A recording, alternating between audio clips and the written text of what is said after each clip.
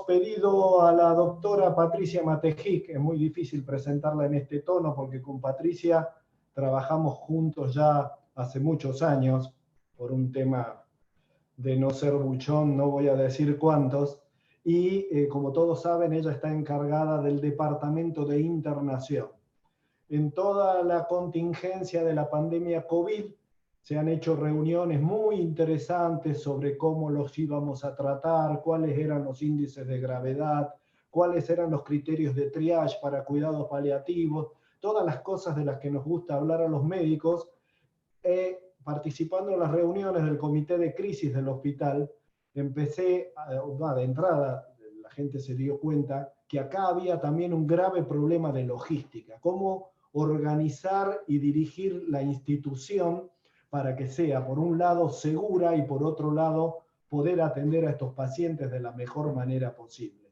Me parecía muy importante resaltar este punto y la experta y la que ha venido conduciendo toda esta organización es Patricia, y quería que nos comente cuál ha sido su experiencia hasta el momento, cuáles han sido sus dificultades, cuáles han sido los logros, cuáles las cosas que quedan pendientes, etcétera. Patricia, disculpa la demora y gracias por la charla.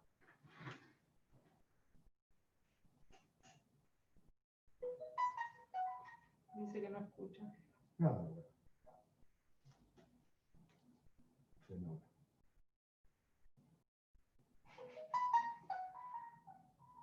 Decirle por acá.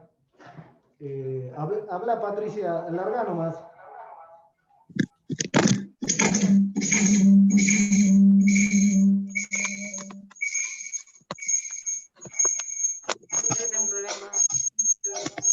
Hola, ¿qué tal? ¿Me escuchan? Yo sí, te escuchamos. Me escucho muy lejos. Me parece que tenemos un cable roto. No, vos te escucho perfecto.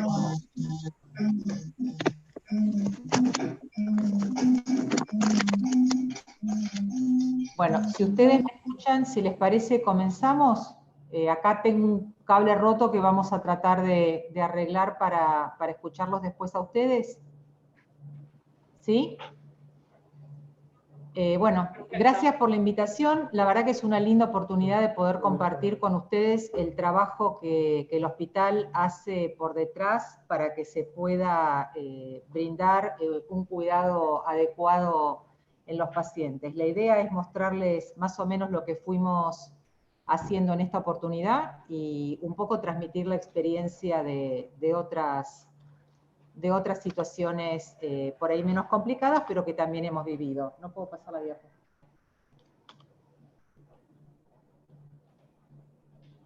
Quédate acá.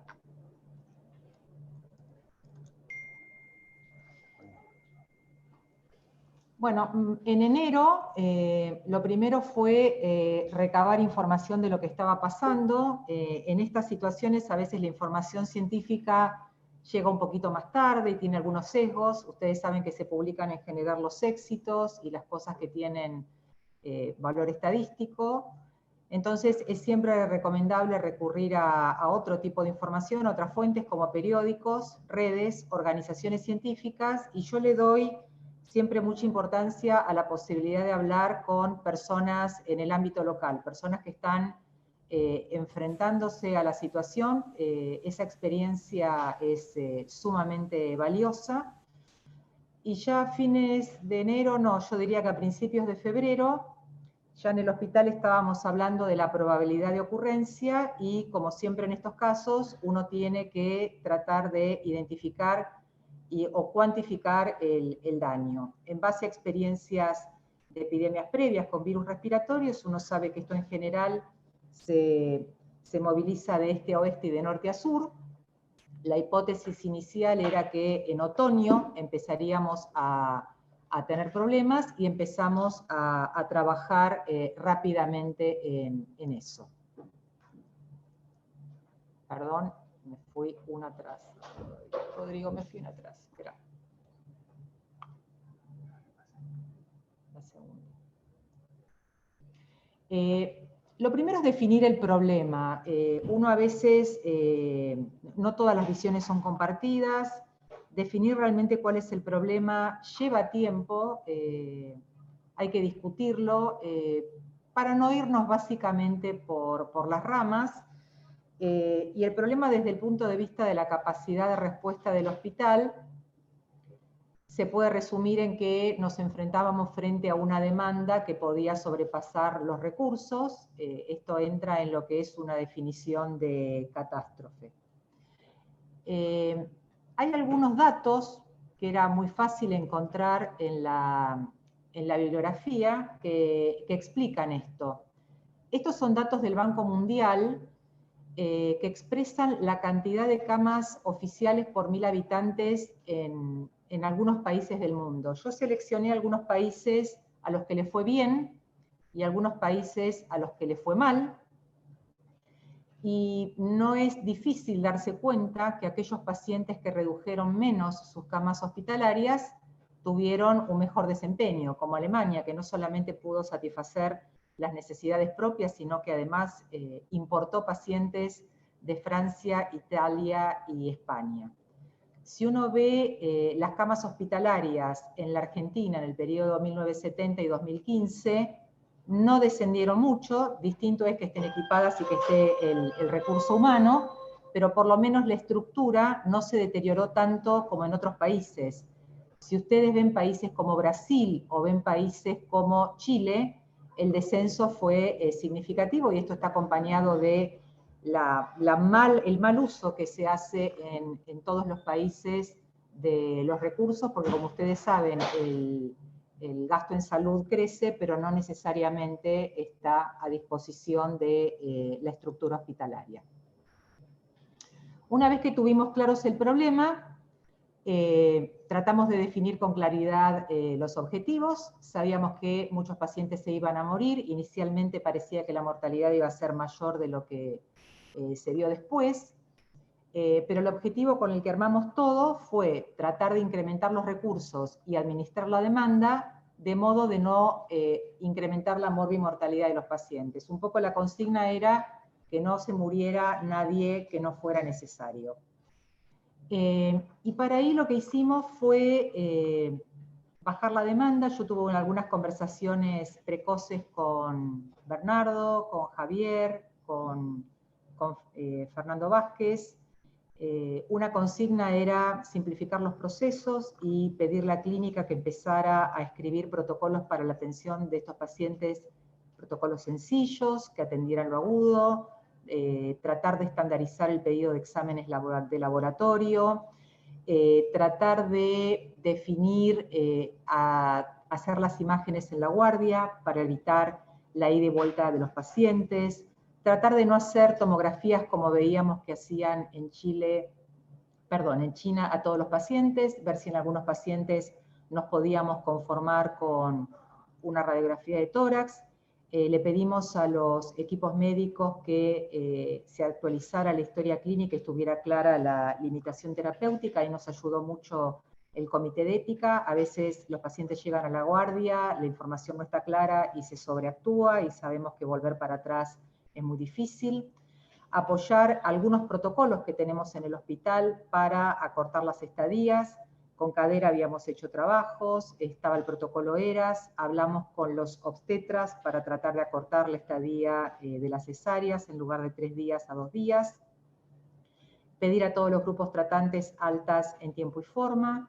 Tratar de llegar a la comunidad para estimular el autocuidado, la prevención. Se hizo bastante educación por parte del plan de salud y un programa de vacunación masiva de influenza. Hubo muchas estrategias en el hospital para mitigar el contagio del personal de salud y también para el contagio intrahospitalario, aislando precozmente a los pacientes. ¿Cómo aumentamos la oferta? Bueno, hubo un plan de expansión del hospital. El plan inicialmente contemplaba la posibilidad de utilizar quirófanos en áreas críticas y utilizar áreas no asistenciales para poder atender pacientes con menor complejidad. Algunos de los planes que teníamos era poder enviar al domicilio muy rápidamente los pacientes que estaban en buen estado general, que eran jóvenes y que no tenían patologías previas, Después, por disposiciones de la autoridad sanitaria, eso no lo pudimos hacer, pero el concepto era: el paciente toca el hospital, está en buen estado general, no desatura, a la casa. Eso no se pudo hacer. En el departamento, en lugar de hacer planes de trabajo, hicimos un esquema de horas banco, porque sabíamos que el hospital iba a enfrentar una situación financiera complicada y que no iba a resultar fácil pagar horas extras. Las horas banco significó que aquellas personas que en el primer mes quedaron con poca actividad debido a la baja de ocupación del hospital, acumulaban una deuda, entre comillas, con el hospital, como si fuera un compenso. Si el trato era que si nosotros los necesitábamos durante la pandemia, esa hora ya estaba paga, y tuvimos muy buena respuesta. Esto fue un programa voluntario que se hizo en mucamas y en enfermeros, y al día de hoy tenemos juntadas aproximadamente 40.000 horas banco, que esto equivale a las horas extras que se hacen durante 3 meses. Estos son muchos millones de pesos. Pensamos muy precozmente en la posibilidad de ventilar pacientes con máquinas de anestesia. Hicimos una consulta Drager para poder avalar esta hipótesis. Hicimos un programa de voluntarios. Las voluntarias que tenemos en el hospital se retiraron, son todas personas con más de 65 años, pero hicimos llamados a otros grupos. Empezamos a trabajar en el stock de insumos y medicamentos, hicimos listados de insumos y medicamentos que podíamos necesitar. Se fortaleció lo que es internación domiciliaria, telemedicina, telemonitoreo, la mitigación del contagio en el personal, y empezamos a trabajar en la reconversión de tareas, porque había personas, voy a dar un ejemplo, muchas de las instrumentistas son enfermeras, los kinesiólogos es otro grupo que consideramos para, en momentos de necesidad, poder incorporarlos a ellos al grupo de enfermeros que trabajan en los pisos. A mí me gusta mucho el sistema Lean, y los hospitales son organizaciones muy complejas, son organizaciones que tienen mucho retrabajo. Esto significa trabajo ineficiente. El Instituto de Medicina calcula que el 60% del trabajo de los hospitales es muda. Entonces, les voy a poner algunos ejemplos de cómo utilizamos el sistema Lean para hacer más eficiente el hospital. Uno de los desperdicios en los hospitales es no utilizar talento. Le mencioné recién 2 ejemplos de reconversión de tarea. Los kinesiólogos respiratorios quedaron ociosos porque se cerró el gimnasio de rehabilitación, y las instrumentistas estaban ociosas porque no había cirugía. Entonces los sumamos a la fuerza de trabajo para ayudar a los enfermeros. Con respecto a los inventarios, sabíamos que un montón de insumos no los íbamos a utilizar porque bajó la actividad. Entonces se verificaron los vencimientos y se hizo acuerdo con los proveedores para poder devolver y recuperar algún dinero para direccionarlo a insumos necesarios. Con respecto a los movimientos de pacientes, es una ineficiencia. El hospital no es sencillo. Tratamos de trabajar en establecer cohortes para que los pacientes estuvieran juntos y minimizar el movimiento de traslados, no solamente por el tiempo que insumen. Piensen que cada vez que movemos un paciente tenemos el riesgo de que se caiga. Usamos ropa de cama, que no es ilimitada, que tiene un costo. Hay que limpiar la habitación. Si el paciente es COVID, son 3 limpiezas. Equipo de protección, así que tratamos de hacer circuitos cortos y solamente los necesarios. Con respecto a espera, trabajamos con el Comité de Control de Infecciones e Infectología para que la indicación de los aislamientos, una vez que estuvieran los resultados, fuera comunicado de forma rápida y eficiente para mover a los pacientes de un modo rápido, no atascar el hospital y permitirle a la guardia que siempre tenga capacidad. Fue un objetivo desde el primer día que la guardia tuviera siempre capacidad ociosa, sobre todo por la posibilidad de brotes en los geriátricos. Transporte es un problema en el hospital, está pendiente de solución. Ustedes saben que los depósitos están fraccionados y lamentablemente cada vez que llega un pedido de insumos al piso, la gente de logística tiene que pasar por 3 o 4 depósitos diferentes. Ahí tenemos una gran deuda, que es contar con un depósito unificado.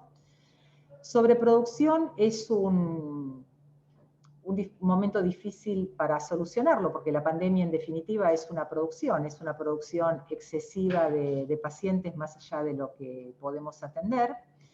Y sobre procesamiento es algo en lo que hemos trabajado muy bien, y mi agradecimiento a todos los grupos clínicos, porque se ha simplificado muchísimo el pedido de estudios innecesarios, que no solamente traen costos, sino que sabemos que cuando dan resultado generan o abren problemas médicos a los pacientes que prolongan las estadías. Para la conformación de equipos, esto es experiencia personal y en el hospital funciona muy bien. Hay que definir muy claramente el rol, evitar que la gente se choque, evitar las superposiciones. Si las personas tienen claro el rol, cumplen el objetivo a cabalidad. Para eso hay que transmitir con mucha claridad el objetivo y hay que repetirlo, porque todos, ya que estamos, vamos agregando objetivos adicionales. El objetivo era que no se nos quedara nadie en el camino, no queríamos un muerto más allá de lo necesario. La comunicación tiene que ser fluida, en todos los sentidos, vertical, transversal. Tenemos sobrecomunicación, todos nosotros tenemos varios grupos de WhatsApp. A mí no me gustan las redes sociales y he tenido que violar la norma porque en este momento tengo como 10 grupos de WhatsApp, pero realmente facilita muchísimo la comunicación. La confianza es muy importante, hay que delegar. Uno cuando lleva adelante esto no puede ocuparse de todo. Es muy importante brindarle a las personas que llevan adelante tareas la certeza de que todos nos equivocamos, que el que lava platos rompe alguno, que nadie se sienta culpable por un error y que todo tiene solución si es comunicado precozmente. Hay que saber delegar. Me gustan los equipos multidisciplinarios porque tienen multimirada y nadie conoce mejor la tarea que el que la hace en el campo todos los días, y sobre todo la integración. Todos somos importantes en el equipo no tiene jerarquía y son grupos colaborativos donde todo el mundo agrega valor en la misma cantidad. Esto es un poco el plan que hicimos. A mí no me gustan los planes largos porque nadie los lee, porque no son sostenibles y porque a lo largo de los días, producto de la realidad que cambia, de las normativas de las autoridades sanitarias que se modifican o de la propia experiencia, hay que modificarlos. Y como no hay tiempo de modificarlos porque uno está en lo cotidiano, pierden vigencia y entonces uno pierde credibilidad. A mí me gusta hacer documentos modulares, de modo que uno puede cambiar algo y no necesita cambiar todo, y gráficos, cuadros, más que textos que nadie lee. Es muy importante que el plan defina un objetivo, que sea breve, sencillo y fácil de entender. Recuerden que los planes los tienen que poder leer todos los empleados del hospital. Tiene que ser realista, tiene que considerar la capacidad de suministros, la capacidad financiera del hospital, la capacidad de recursos humanos. No todos podemos seguir lo que hace el CDC, eso no es para todos los hospitales, ni es para todos los países. Esta situación agarró al hospital en un momento financiero complicado. La verdad es que teníamos deudas con muchos proveedores y para poder ingresar insumos hubo que hacer enormes esfuerzos para, pagándoles un poquito, poder ingresar insumos, y muchos nos pedían pago por adelantado. Eso fue un desafío muy importante para el hospital y que por suerte con buen equipo se pudo cumplir. Es muy importante cuantificar los recursos necesarios. Me acuerdo que cuando tuvimos la primera reunión por insumos, en todos los ítems las cantidades eran de cientos de miles, y uno dice, bueno, ¿en base a qué lo voy a calcular? Estoy a fines de febrero, ni siquiera sé si esto va a ser un problema mío. En ese momento empezamos a hacer distintas curvas, estimamos como un peor escenario Italia, estimamos como un mejor escenario algún otro país, pero la realidad es que todos jugamos un poco a ojo y fuimos ajustando las cantidades que siempre, debo decirles, siempre nos quedamos cortos, las fuimos incrementando a lo largo de los días. Es muy importante contar con un programa de comunicación. La comunicación es un gran desafío. Creo que el hospital ha hecho muchas mejoras en la comunicación, el informe que sale de la dirección se mejora día a día, somos 10.000 personas en 5 turnos, más los contratos externos. Es un gran desafío que creo que cada vez se hace mejor, pero todavía falta. Como les decía antes, los planes tienen que ser flexibles, modulares, evaluables con indicadores y creativos. No hay ninguna chance de ponerse rígido, porque a veces esto no hay, no se puede conseguir, y en lugar de insistir hay que buscar alternativa, y hay que ser muy creativo. Nosotros salimos muy precozmente a buscar en la industria, porque los proveedores de salud en marzo no tenían stock de nada, así que buscamos en la industria. Después nos empezó a buscar la industria textil, porque ellos estaban parados y necesitaban vender para pagar sueldos. Hicimos una prueba de más de 30 telas diferentes para ver cuáles podían cumplir en el objetivo de reemplazar un equipo de protección, y así, siendo creativos, le fuimos encontrando la vuelta.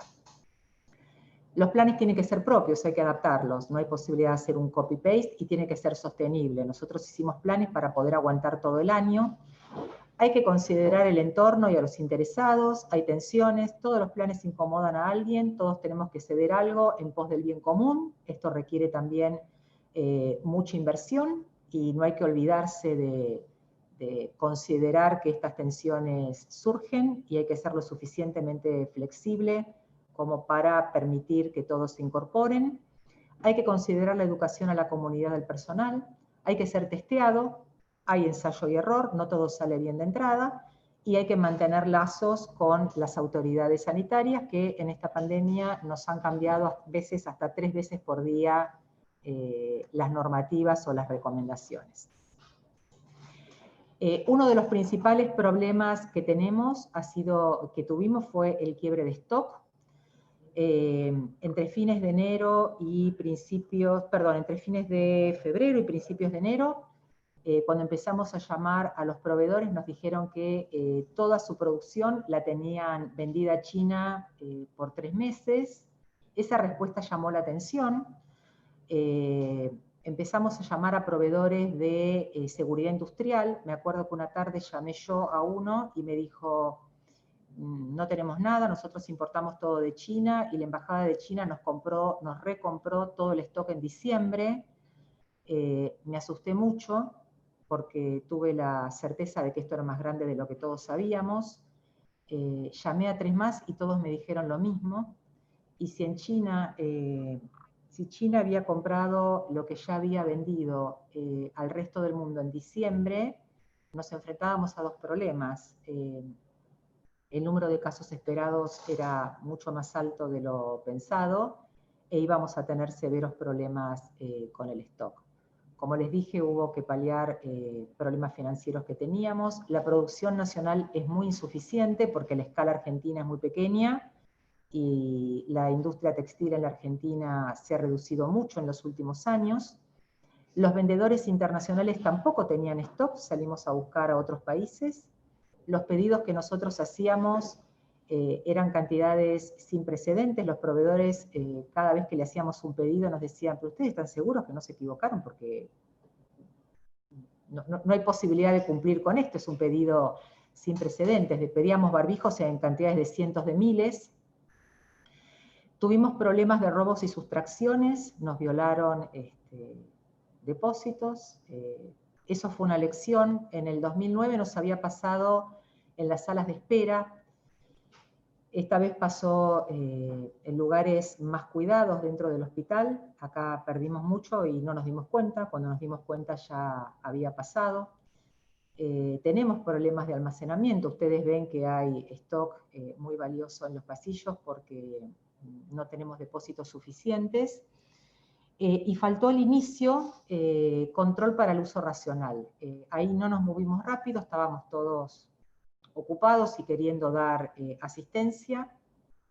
El centro de distribución dispensaba, se nos fue mucho stock en un momento en el cual no era necesario. Para paliar eso, lo que hicimos fue una reasignación de stock locales, con la anuencia de los jefes de servicio. Recuerdo que 2 fines de semana, para que la guardia y el 35 pudieran atender a los primeros pacientes, entramos a los servicios y tomamos stock locales que ellos tenían para poder brindar a la primera línea de atención porque estaban sin nada. Sustituimos algunas cosas, adaptamos otras, empezamos los planes de reuso, lavado de camisolines, luego el reuso de los N95. Como les comenté, buscamos solución de otras industrias, hicimos acuerdos con proveedores, nos vino a buscar, ustedes habrán visto los camisolines tipo mono blancos, esos son de la seguridad industrial, nos vino a ver el proveedor, él tenía que pagar los sueldos y tenía un stock de 12.000 o 13.000 monos que sabía que no los iba a vender a la industria porque estaba parada, nos los vendió prácticamente al costo, así que a él le permitió pagar los salarios y a nosotros nos permitió tener un buen aprovisionamiento con muy poca inversión. Esto es un ejemplo de la inversión que ha hecho el hospital. La verdad es que el hospital nunca nos puso ningún tipo de reparo. A ver, necesito correr algo aquí, un segundito, para poder ver. Bueno, estos son, es la primera inversión, el primer trimestre en centro de distribución. En equipo de protección personal, que son los misolines básicamente, los guantes y los barbijos, se gastaron casi 35 millones de pesos. En alcohol y alcohol gel, casi 4 millones de pesos. Tuvimos también un quiebre de stock en alcohol y alcohol gel. En alcohol gel todavía no se ha podido solucionar. Gastamos casi 17 millones de pesos en insumos para respiradores, pensando que íbamos a ventilar más pacientes. Compramos filtros, circuitos, etcétera, etcétera. Y casi 22 millones de pesos en pseudoanalgesia y otra medicación que estimábamos íbamos a necesitar para los pacientes. Y abajo, para que vean cómo recurrimos a la creatividad, distintos elementos de protección. Algunos fueron donación, algunas personas nos ayudaron como para poder enfrentar esto.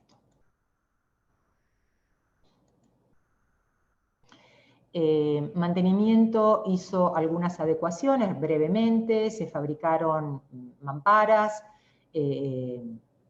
se adecuaron algunas instalaciones para que diagnóstico por imágenes pudiera ser un circuito para atraer pacientes no COVID que habían desaparecido del hospital. En la unidad de terapia intensiva se hicieron divisiones para segmentar la atención de pacientes COVID y no COVID. Y en lo que era el comedor se están adecuando 400 metros cuadrados para reconvertir lo que era el comedor en sectores de internación. Se hicieron alrededor de 5.500 PCR. Al principio nos costó mucho conseguir que las autoridades nos permitieran hacer el test. En este momento tenemos un stock de 8.500 determinaciones. Acá les puse solamente los horarios de las corridas como para recordar y tratar de ser eficientes. En este momento se están haciendo 4 corridas diarias como para que los pacientes fluyan lo mejor posible en el hospital. Les hice una breve línea de tiempo para recordar los eventos porque es muy difícil volver para atrás. Uno hace 6 meses que está en esto y parece que fue una eternidad. Yo recuerdo mucho el 20 de febrero, porque uno de mis hijos cumple años el 20 de febrero, y en la víspera recuerdo que había recibido un montón de fotos con las ideas creativas que en China se estaban utilizando para equipos de protección personal en la cara. Ustedes las habrán visto, botellas, bolsas, y decíamos, parecía una cosa lejana en ese momento. Pero 3 días después, Italia pasó de 0 a 143 casos. Entonces, al día siguiente mandé un mail e hicimos la primera reunión de contingencia COVID. Fue una reunión multidisciplinaria. Ya Italia tenía 374 casos, 12 fallecidos, y estaba empezando España la elevación de la curva, y teníamos el primer caso de Sudamérica.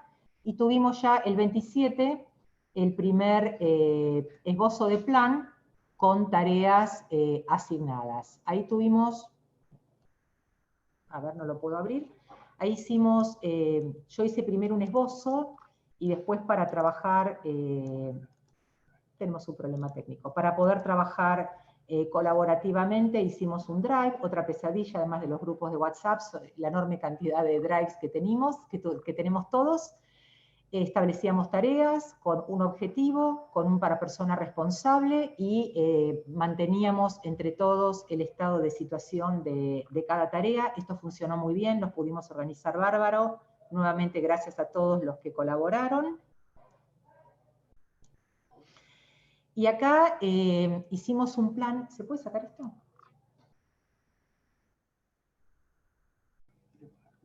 Dale, a ver si pasa algo. No. Bueno, y acá hicimos un plan. Inicialmente pensamos que nos iba a tapar el hospital COVID. Después con la cuarentena esto se hizo, por supuesto, mucho más largo.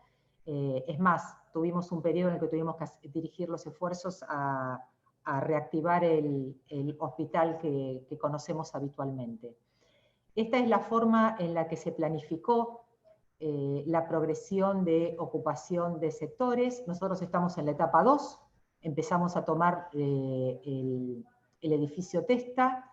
El objetivo fue siempre hacer cohortes, segmentar, tener los pacientes muy cerca de los cuidados críticos. Esto disminuía el riesgo de que los pacientes tuvieran deterioro grave en su salud y además acortaba el traslado de los pacientes. Una de las limitantes que tenemos, sobre todo en el turno noche y fin de semana, es la disposición de camilleros, y cómo fuimos planificando crecer luego hacia la UCA, hacia gastroenterología, eventualmente quirófano central para ventilar pacientes y en las salas de recuperación hacer internación general y de intermedia, y cómo habíamos establecido la posibilidad de tener una capacidad máxima de 300 pacientes en piso, preservando maternidad, preservando psicopatología y alrededor de 30 a 40 camas para otras patologías. Habíamos estimado una capacidad máxima de 250 pacientes en condiciones de estar en cuidados críticos, con 149 ventilados, y un total de 520 pacientes atendidos, esto es en el hospital central. Esto significaba que si estos eran los pacientes internados, nosotros en ese momento teníamos la hipótesis de que los leves se iban a poder ir a domicilio, significaba estar atendiendo a 650 pacientes del plan de salud, que era en principio nuestro objetivo, ¿no? Atender plan de salud. Vamos a... Bueno, el 28 de febrero tuvimos la primera reunión por los insumos. En marzo tuvimos el primer caso en la Argentina. Ahí se convocó al comité de ética para trabajar en las directivas anticipadas y en el acompañamiento de los médicos que tenían que decidir intubar un paciente. Empezamos a escribir protocolos, fueron creciendo los casos en el mundo, hasta que el 13 de marzo tuvimos nuestro primer caso. Los primeros pacientes venían de Europa, eran pacientes relativamente jóvenes. Ahí tuvimos un número significativo de pacientes en terapia intensiva, producto de que eran pacientes que tenían resto como para poder internarse. Llegamos al 20 de marzo con la cuarentena, y ahí se nos paró el hospital, y al mismo tiempo empezamos con los primeros problemas en los geriátricos, con lo cual de apuro abrimos el sector 72, que era un sector que no se había utilizado nunca, pero pensamos que nos podía descomprimir la llegada de pacientes murientes al hospital. No fue necesario utilizarlo hasta el momento. Empezamos ahí a poder trabajar con informática, en identificar rápidamente en el ADT y en la historia clínica los pacientes con logos COVID y sospecha de COVID, que nos permitió disminuir los errores. Y a fines de marzo ya estábamos lavando camisolines, y más o menos el 30% de lo que lavábamos lo podíamos reintroducir al circuito. Esto significó un ahorro bastante importante. El 1 de abril tuvimos los insumos propios, con lo cual aceleramos mucho el diagnóstico. Cuando nosotros enviábamos las muestras a Malbrand, teníamos una demora de 3, 4, 5 días. La primera semana de marzo se impuso el uso obligatorio del barbijo en el hospital italiano y comenzó el reuso no solamente de los N95, sino envases plásticos. No solamente nos habíamos quedado sin alcohol, sino que nos quedamos sin envases plásticos, así que los envases en los que guardamos el alcohol gel también los tuvimos que mandar a reesterilizar. Esterilización, la verdad es que trabajó muchísimo en ayudarnos en estos inventos que tuvimos que hacer. El tema es que no ve esto. Bueno, al día de hoy, al día de ayer, teníamos 282 casos confirmados. Ya se habían dado 177 altas hospitalarias. Tenemos 17 pacientes fallecidos. El promedio de edad de nuestros pacientes es muy elevado. Y al día de ayer teníamos 88 pacientes internados, número que sabemos que va a aumentar significativamente en los próximos días. Bueno, muchas gracias. Esto es lo que tengo para compartir y si tienen alguna pregunta o algún comentario, con gusto. ¿Tienen alguna pregunta en el aula que quiera pasarles? Ya nos fijamos en YouTube, No escucho. Patricia.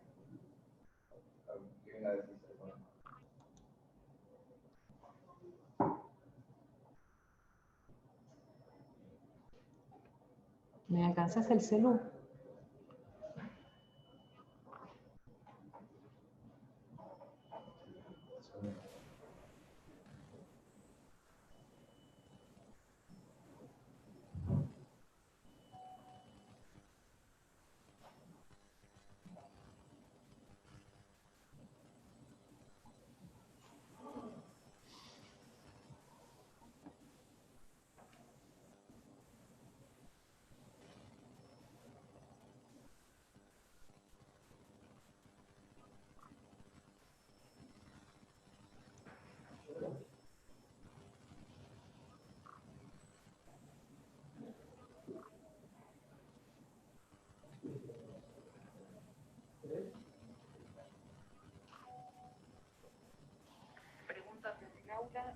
¿En qué va a quedar desde el punto de vista edilicio y cultural después de que pase todo esto en el hospital? Yo no sé qué va a quedar. Te puedo decir las cosas buenas que van quedando. Creo que en el hospital siempre nos costó mucho trabajar con equipos multidisciplinarios. En mi opinión es un equipo muy médico-céntrico, es un hospital muy médico-céntrico y trabajar con otros grupos a mí me ha permitido identificar que tenemos grupos humanos sumamente valiosos.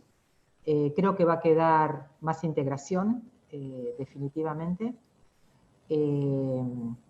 A mí me queda una enorme confianza en el hospital una vez más, en cuanto a que cuando las papas queman, el hospital está siempre al servicio de los pacientes. El primer día que fuimos a pedir dinero para insumos, la respuesta fue, decime lo que necesites, es un tema sanitario, lo económico se arregla después. A nivel edilicio, ojalá quedaran aprendizajes. Yo siempre sentí que producto de la limitación económica y de la necesidad de hacer obras rápidas, estando ubicados en Almagro, en el centro de la ciudad, y no pudiendo expandirnos, nuestros sectores siempre quedaron pequeños. No tenemos áreas de descanso, de hecho hemos tenido personal que se contagió no atendiendo pacientes, sino compartiendo un almuerzo. Tenemos corredores pequeños, tenemos una estructura que cruje frente a una infección de este tipo. Todo lo que es infección respiratoria en el hospital es un problema. Queda una vez más la capacidad de respuesta del hospital. El 72 se armó en un fin de semana, el 120 se armó en unos pocos días y ahora se está ampliando. Desde el edilicio, inicialmente cuando se hizo el 120 pensamos que lo íbamos a desarmar. Ahora Marchetti me dice que todo el día van personas a querer comprárselo. porque todos encontraron la oportunidad para tener algunos adultos mayores, para tener algunos pacientes terminales. Obviamente es un sector de la población a la que no le podemos dar respuesta. Quedaron cosas muy lindas desde la solidaridad. Las voluntarias del hospital no vinieron por la edad, pero siguen ayudando, llamando a los pacientes todos los días. Quedaron trabajos de mucha integración entre médicos, enfermeros y camilleros y kinesiólogos en la atención del paciente. Quedó una disposición maravillosa por parte de los médicos en hacer videollamadas entre los familiares y los pacientes, y lo hicieron con mucho amor y nadie se los pidió. Así que yo creo que van a quedar muchas cosas buenas para el futuro del hospital.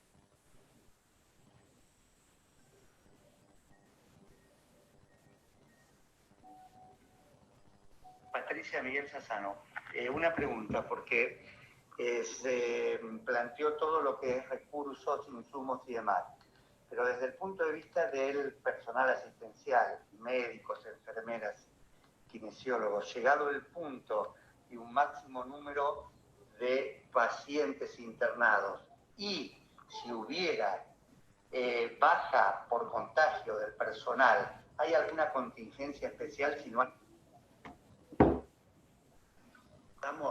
Los que estamos acá adentro, de recurrir a recursos extra hospital, recursos de médicos, enfermeros, de personas, digo, ¿eh? Sí, Miguel, mira, pensamos que médicos no va a ser el primer cuello de botella, enfermeros sí. De hecho, casi todos los equipos trabajaron con planes de trabajo, tomándose descansos. En enfermería no se pudo hacer. Enfermería es un recurso sumamente escaso. Tuvimos varios enfermeros que se enfermaron, son casi todos contagios, como decía, en áreas sociales o en la comunidad. Para eso tenemos como contingencia la oferta de kinesio respiratoria. Estamos ya implementando un voluntariado con estudiantes de medicina y con estudiantes de enfermería para que nos ayuden con tareas mínimas o incluso alimentar a los pacientes, que lleva mucho tiempo. Ustedes ven todos los días en la sala que hay muchos pacientes que no son autoválidos. El hospital nos autorizó el ingreso de 30 enfermeros, por ahora ingresaron solamente 3, pero está autorizado.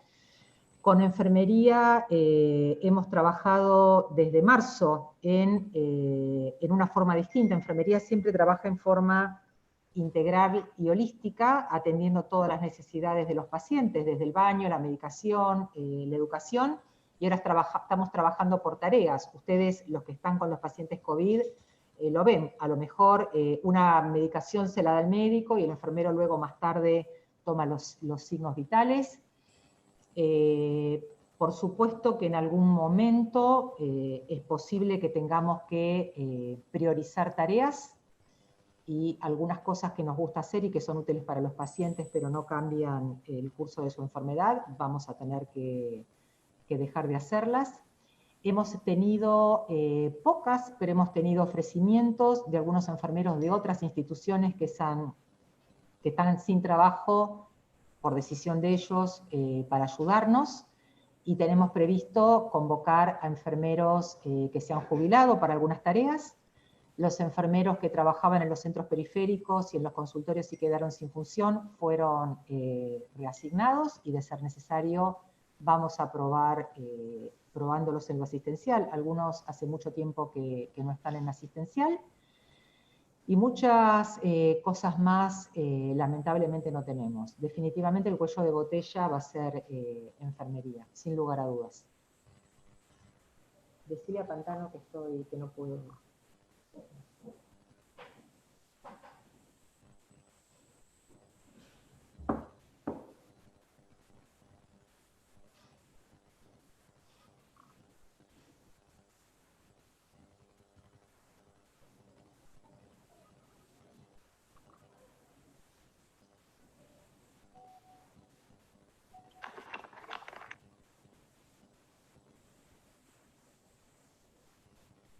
¿Puedo hacer una pregunta? Sí, ahí escucho, bien. ¿Qué tal? Yo soy Martín Lapidus, residente de cuarto año de clínica. Hace poco estuve en el área COVID trabajando y el tema de la alimentación justamente de los pacientes que no son autoválidos en la sala fue efectivamente un problema.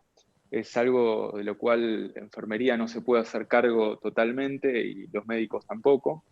Entonces me interesó eso que dijo recién del voluntariado de estudiantes de medicina. ¿Eso estaría pensado para suplir ese déficit? Y otra pregunta con respecto a eso, ¿habría algún incentivo para esos estudiantes de medicina que se ofrecieran a hacer ese trabajo de forma voluntaria? Nosotros quisimos extorsionar a Figari para que les diera un punto más en los finales, pero nos dijo que no.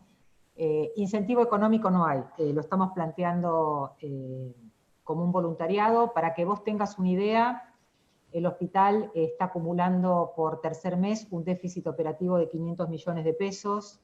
La verdad es que tenemos que recurrir al voluntariado. Por supuesto se les hará una constancia, pero no se puede pagar. El tema de los adultos mayores no autoválidos no es un problema nuevo, ahora se incrementó, es la razón por la que hace 8 meses empezamos el voluntariado con las Damas Rosadas, para que nos ayudaran a darle de comer a los pacientes. Es un parche, porque ellas todavía no las tenemos en número suficiente para que puedan cumplir con brindarle a los pacientes las 4 comidas los 7 días a la semana.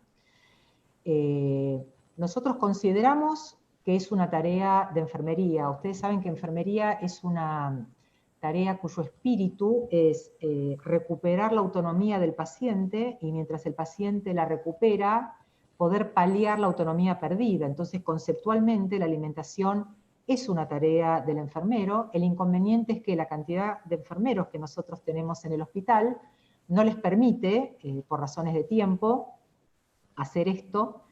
Los enfermeros tienen un montón de tareas que están monitoreadas con indicadores, entonces priorizan lo que salta en el indicador. Si saben que están siendo observados porque no valoran el dolor, eligen valorar el dolor y a lo mejor no darle de comer a un paciente o a lo mejor no bañarlo.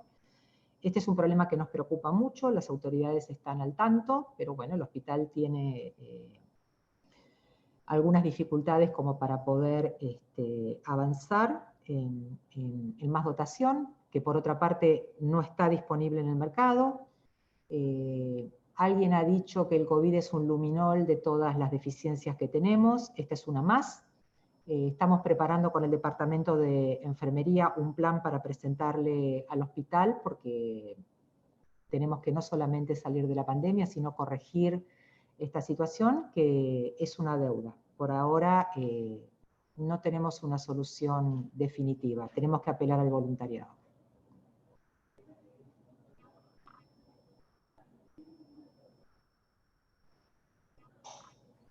Gracias por la respuesta. Acá alguien me pregunta cómo se coordinó la suspensión de las cirugías. Las cirugías y la actividad programada del hospital se suspendió por decisión de las autoridades sanitarias y no por decisión del hospital. Cuando se decretó la pandemia, se prohibió atender cualquier actividad que no fuera urgencia. En la medida que las autoridades sanitarias fueron permitiendo, nosotros muy rápidamente empezamos a estimularlo porque el agujero económico que dejó el primer mes fue sumamente importante. Piensen ustedes que la rentabilidad del hospital un año bueno es del 3% y antes de la pandemia estábamos teniendo 1%, o sea que hay que trabajar mucho para quedarse con el 1% de lo facturado, no es un negocio rentable el de la salud. Costó mucho poner a andar el hospital nuevamente activo.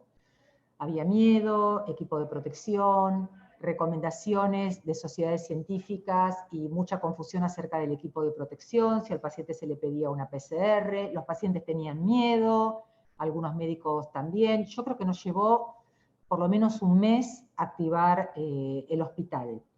Estamos lejísimos de haber recuperado la actividad habitual. En algunos ítems estimamos que estamos en el 30%, en otro no se superó el 20% de la actividad normal.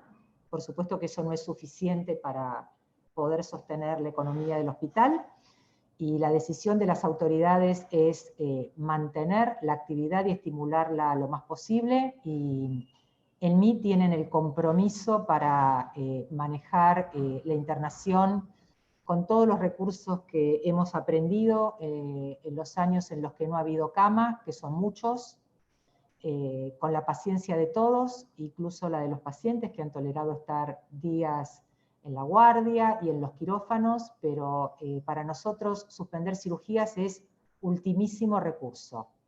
Muy por el contrario, hay un plan de abrir cada vez más las consultas presenciales, porque no solamente es una necesidad del hospital y de los grupos médicos, es también una necesidad de los pacientes, porque ustedes ya saben también, porque está claramente publicado, que estas cesaciones de servicios médicos o falta de accesibilidad traen aparejadas otras muertes.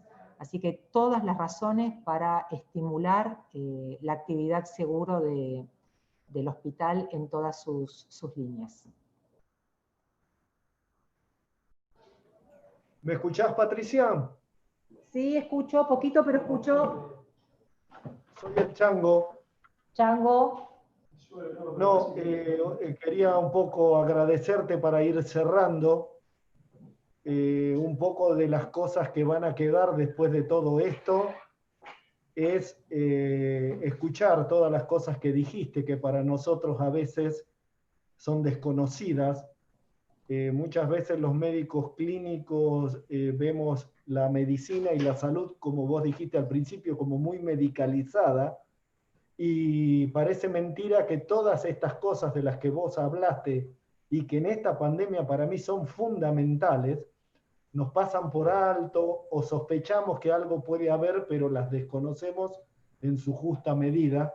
Yo creo que, bueno, vos tenés que ser modesta en esta cosa, pero sí hay que saber que hay que hablar contigo, escucharte y a toda tu gente y a todo tu equipo, para que los que estamos en la asistencia no solo estemos coordinados, sino que sepamos un poco más del ámbito y de la dimensión de los problemas. Así que yo un poco te había pedido esta charla para que todos veamos esta parte sumergida, desconocida o misteriosa, pero que es vital en estas circunstancias.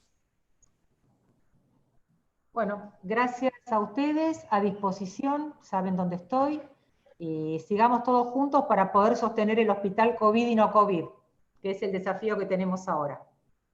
Muy bien. Muchas gracias. Chao, muchas gracias. Chao. Bueno, rápido a altas. ¡Qué sufrimiento!